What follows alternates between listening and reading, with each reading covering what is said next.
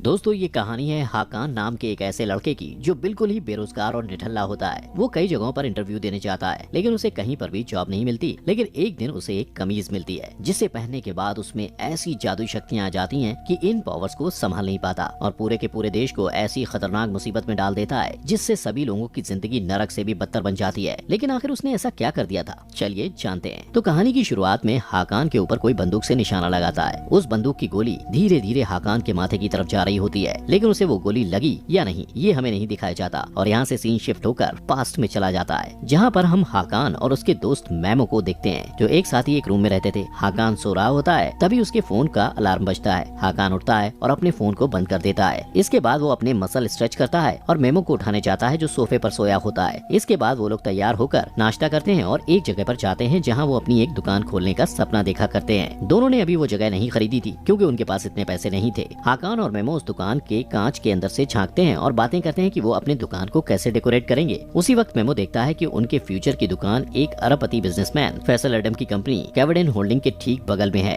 इसके बाद हाकान अपने पिता नेसेट कोलमार्क से मिलने के लिए जाता है। रास्ते में उसकी मुलाकात अपने पड़ोसियों और दोस्तों से भी होती है। वो सड़क के किनारे के बाजार में भागते हुए दिखता है और कई बाजारों, सड़कों और कोनों की दुकानों से होते हुए गुजरता है। इस बीच रास्ते में उसे एक औरत मिलती है जिसका नाम टरकॉन था। वो लोगों का भविष्य बताती है और हाकान से कहती है कि जल्द ही उसका भविष्य बदलने वाला है, जहाँ वो कुछ बड़ा और कुछ अलग करने वाला है। लेकिन हाकान वहाँ से चला जाता है क्योंकि उसे किस्मत की बातों पर यकीन नहीं होता। हाकान अपने पिता के पास पहुँचता है। यहाँ उसे पता चलता है कि हाकान अनाथ है और नेसेट हाकान के पिता नहीं है, उन्होंने उसे गोद लिया था। हाकान अपने पिता से मिलता है जो 600 साल पुरानी दुकान के मालिक थे और वो कुछ पुरानी और हाथों से बनी चीजें बेचते हैं। हाकान अपने पिता को अपनी एक दुकान खोलने के प्लान के बारे में बताता है, लेकिन नेसेट उसका मजाक उड़ाते हैं और उसके पहले के कामों के बारे में बताते हैं जो नाकामयाब हो चुके थे। हाकान उन्हें ये कहकर मनाने की कोशिश करता है कि उसकी दुकान बिल्कुल नई है और बहुत अच्छी जगह पर है, लेकिन नेसेट उसे नजरअंदाज कर देते हैं और उसे एक लड़की को कारपेट देकर आने के लिए कहते हैं जो वहाँ घूमने आई थी और उसने एक दिन पहले उस कारपेट का ऑर्डर किया था। इसके बाद अगले सीन में अरबपति फैसल एडम को दिखाया जाता है जिसने शुरुआत से मेहनत करके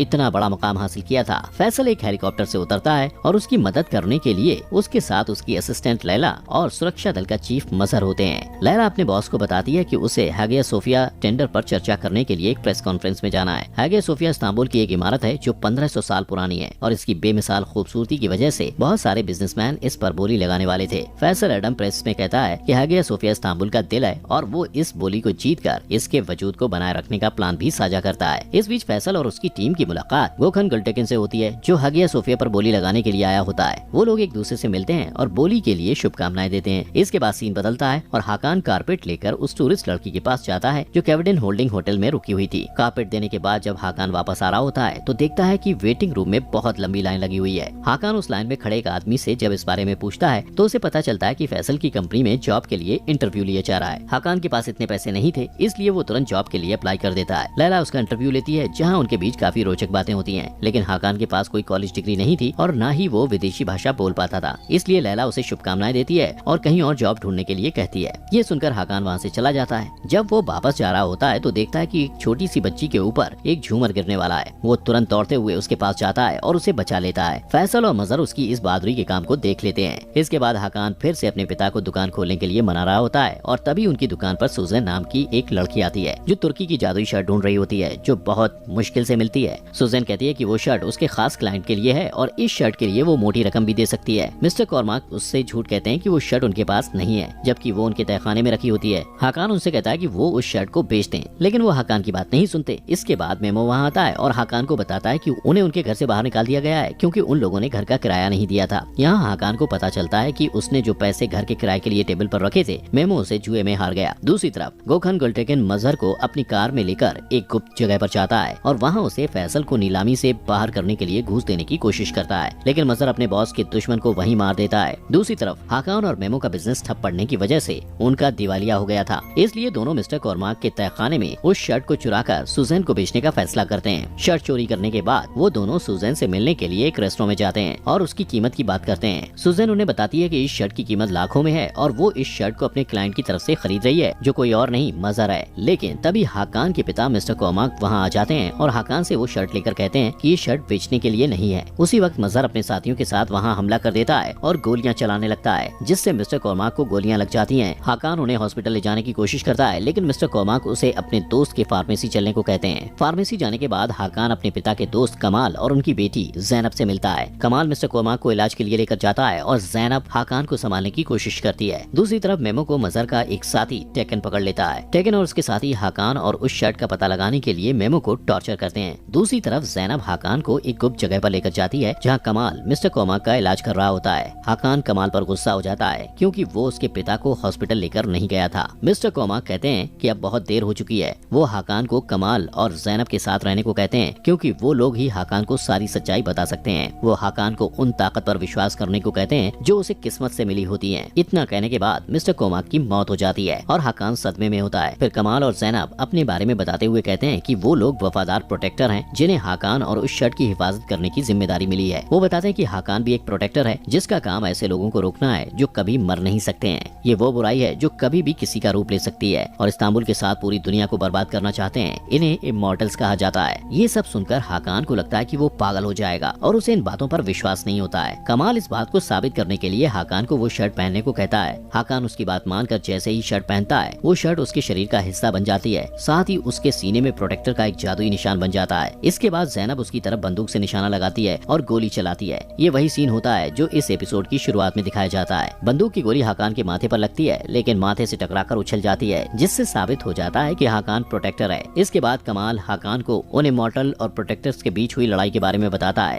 इसके बाद प्रोटेक्टर मेहमद को दिखाया जाता है जिसे 7 इमॉर्टल्स को खत्म करने के लिए भेजा गया है। एक दिन उसे इमॉर्टल को पहचानने और मारने का रास्ता मिल जाता है जो बिल्कुल इंसानों की तरह दिखाई देते हैं। उसे 3 तरह की चीजें मिलती हैं जो इस लड़ाई में उसकी मदद कर सकती हैं। इसमें से पहली चीज एक जादुई अंगूठी होती है जो तब चमकने लगती है जब कोई इमॉर्टल इसके आसपास होता है। दूसरी चीज कटार होती है जो इमॉर्टल को मार सकती है और तीसरी चीज एक कवच होता है जो तपस्या से मिला होता है। मेहमद ने हाकान के पूर्वज को उसकी स्किल्स, ताकत और साफ दिल जैसी खूबियों की वजह से इमॉर्टल और प्रोटेक्टर के बीच की इस लड़ाई को लीड करने के लिए प्रोटेक्टर के रूप में चुना होता है। ये सब सुनते हुए हाकान की तबीयत खराब होने लगती है क्योंकि शर्ट की वजह से वो शारीरिक और मानसिक रूप से बैलेंस नहीं कर पाता है। हाकान को इन सब बातों पर अभी भी यकीन नहीं होता और वो सोचता है कि कमाल और उसकी बेटी ने उसे किसी तरह का नशा दिया है। दूसरी तरफ टेकन और उसके साथी मेमो से हाकान और उस शर्ट के बारे में पता लगाने की कोशिश करते हैं। इधर कमाल और जैनब के यहाँ कमाल हाकान को लेकर परेशान होता है और कहता है कि हाकान बिल्कुल भी ट्रेन नहीं है और इमॉर्टल लड़ने के लिए तैयार नहीं है, इसलिए वो हाकान को लड़ाई के लिए तैयार करने का फैसला लेता है। इस बीच हाकान उस जगह से भाग जाता है और वापस अपने अपार्टमेंट में आ जाता है जहाँ उसे पता चलता है कि टेकन उसका पता लगाने के लिए आस पड़ोस में पूछताछ कर रहा है। वो घबरा जाता है और अपने कमरे में ये सोचकर जाता है कि मेमो वहाँ होगा, लेकिन उसे मेमो नहीं मिलता। उसी वक्त उसकी नजर एक अजीब से डिब्बे पर पड़ती है जिसमें एक बंदूक के साथ एक तस्वीर होती है जो 1989 के समय की ली गई थी। उस तस्वीर में कमाल, नेसेट और मुराद नाम का एक आदमी था। इस बीच जैनब हाकान को ढूंढते हुए वहाँ आती है और वो लोग बात कर रहे होते हैं। तभी टेकन हाकान को मेमो के फोन से मैसेज करता है और उसे सुल्तान अहमद स्क्वायर मिलने के लिए बुलाता है। हाकान को लगता है कि मेमो ने उसे मिलने बुलाया है, इसलिए वो जैनब के साथ उससे मिलने के लिए चला जाता है। दूसरी तरफ कमाल सुजैन से मिलने के लिए आता है ताकि वो पता कर सके कि उसे वो शर्ट किसके लिए चाहिए थी। उसे लगता है कि सुजैन के जरिए वो इमॉर्टल का पता लगा सकता है, लेकिन तब तक बहुत देर हो चुकी होती है क्योंकि मजहर ने आम आदमी बनके सुजैन को मार दिया था क्योंकि उसे डर था सुजैन उसकी पहचान लोगों के सामने ला सकती है। दूसरी तरफ टेकन मेमो के जरिए हाकान को स्क्वायर तक लाने में कामयाब हो जाता है और मेमो को वहाँ चारे के रूप में इस्तेमाल करता है। जब हाकान मेमो को देखता है तब उसके पास जाने की कोशिश करता है, लेकिन तभी टेकन अपनी छुपी हुई जगह से हाकान के ऊपर 4 गोलियां चलाता है, लेकिन वो ये देखकर हैरान हो जाता है कि गोलियों से हाकान नहीं मरता। जैनब उसकी मदद करने के लिए आती है क्योंकि लगातार गोलियां चलने की वजह से वो कमजोर हो जाता है। टेकन ये सारी बात अपने बॉस मजहर को बताता है जो ये सब सुनकर बिल्कुल खुश नहीं होता। इसके बाद हाकान और जैनब कमाल की फार्मेसी की गुप्त जगह पर वापस आ जाते हैं। हाकान कमाल से उस तस्वीर के बारे में पूछता है जो उसे उसके पिता के बॉक्स से मिली थी।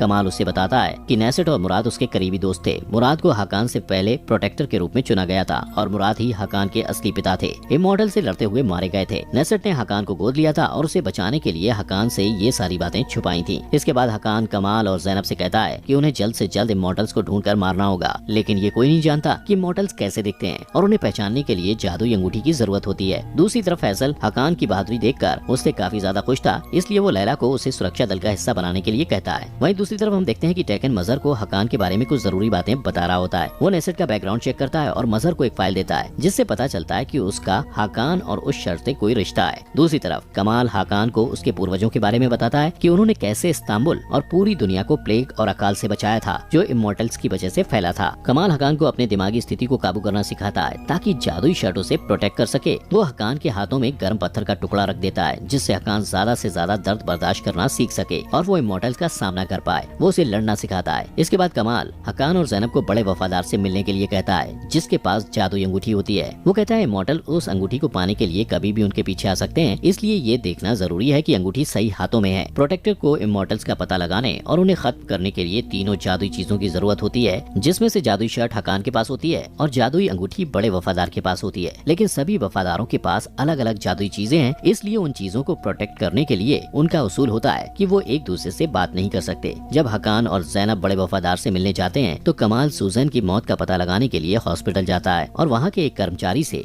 बरामदे का सीसीटीवी फुटेज मांगता है। दूसरी तरफ मजहर फैसल से इस बात को लेकर नाराज होता है कि वो बिना उसकी सलाह के नए सुरक्षा कर्मी को काम पर रखने की कोशिश कर रहा है। फैसल उसे यकीन दिलाता है कि वो उसकी जगह कभी भी नए सुरक्षा कर्मी मतलब हकान को नहीं देगा। वो उसे हागिया सोफिया कॉन्ट्रैक्ट की जीत की खुशी मनाने को कहता है। फैसल इस बात से अनजान होता है कि उसकी ये जीत इसलिए हुई क्योंकि मजहर ने गोकन को मार दिया था। दूसरी तरफ हकान और जैनब बड़े वफादार से मिलने उसके पते पर जाते हैं और सुनसान से घर पर पहुंचते हैं। जब वो लोग घर के अंदर जाते हैं तो उन्हें एक आदमी मिलता है जो खुद को बड़े वफादार का बेटा बताता है। उसका नाम खान होता है। वो हकान और जैनब को बताता है कि उसकी माँ एक कमरे में बंद है, उसकी मानसिक स्थिति ठीक नहीं है और मॉनिटर की मदद से उस पर नजर रखी जाती है। वो ये भी कहता है कि 7 साल पहले उनके साथ एक हादसा हुआ था जिसकी वजह से वो किसी से बात नहीं करती हैं। खान दोनों को अपनी माँ के कमरे में लेकर जाता है और खुद दूसरे कमरे में चला जाता है जहाँ से मॉनिटर की मदद से वो उन पर नजर रखता है। हकान बड़े वफादार को अपने सीने का जादुई निशान दिखाता है, जिसके बाद वो अपना मुंह खोलती है और बताती है कि खान उसका बेटा नहीं है और उन्हें फंसाया जा रहा है। वो हकान को जादुई अंगूठी देती है लेकिन उसका स्टोन गायब होता है। इस बीच खान वहाँ आ जाता है लेकिन वफादार उसे गोली मार देती है। अब इससे पहले कि खान जिनके लिए काम करता था वो लोग यहाँ पहुँचे, हकान और जैनब सीसीटीवी फुटेज को खत्म कर देते हैं और वहाँ से निकल जाते हैं। वफादार उन्हें विश्वास दिलाती है कि वो खान के आदमियों को संभाल लेगी। दूसरी तरफ फैसल हकान को सुरक्षा दल में शामिल करने के लिए काफी सीरियस होता है, इसलिए लैला हकान को कॉल करके फैसल से मिलने के लिए बुलाती है। हकान उसकी बात मानकर फैसल से जॉब के बारे में बात करने के लिए जाता है और यहाँ उसकी मुलाकात मजहर से होती है। मजहर को ये नहीं पता होता कि वो वही हकान है जिसके पास वो जादुई शर्ट है और जिसका पीछा वो इतने दिनों से कर रहा है। इस बीच मजहर किसी को कॉल करता है और खान के बारे में पूछता है, जिससे ये पता चलता है कि मजहर ने ही खान को उस वफादार के घर में भेजा था। हकान को जब ये पता चलता है तो वो वहाँ फैसल के लिए सिक्योरिटी का काम करने के लिए तैयार हो जाता है, क्योंकि उसे लगता है कि वहाँ काम करते हुए उसे मजहर के बारे में और भी कुछ जानने को मिले।